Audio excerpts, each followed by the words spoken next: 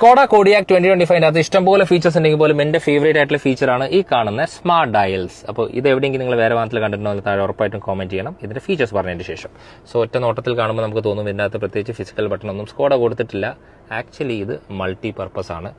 അപ്പോൾ ഇതിനകത്ത് ആദ്യം കാണിക്കുന്നത് വെച്ചാൽ ഇതിന് ടെമ്പറേച്ചറാണ്. ഇപ്പോൾ നോർമൽ എല്ലാ വാഹനത്തിലും പോലും ടെമ്പറേച്ചർ കൂട്ടാം കുറയ്ക്കാൻ സാധിക്കും. അതുപോലെ തന്നെ ബ്ലോവറിന്റെ സ്പീഡ് കൂട്ടാനും കുറയ്ക്കാൻ സാധിക്കും.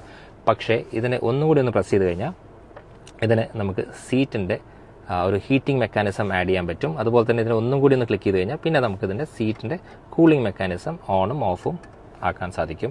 അത് മാത്രമല്ല വേറൊരു ഫീച്ചറും കൂടി ഉണ്ട്. ഇതിപ്പോൾ 20 ഡിഗ്രീസ് ആണ്, ഇവിടെ 22 ആണ്. എനിക്കിപ്പോൾ രണ്ടും സിങ്ക് ചെയ്യണമെങ്കിൽ ജസ്റ്റ് ഇതിനൊന്ന് അങ്ങനെ അമർത്തി പിടിക്കുക.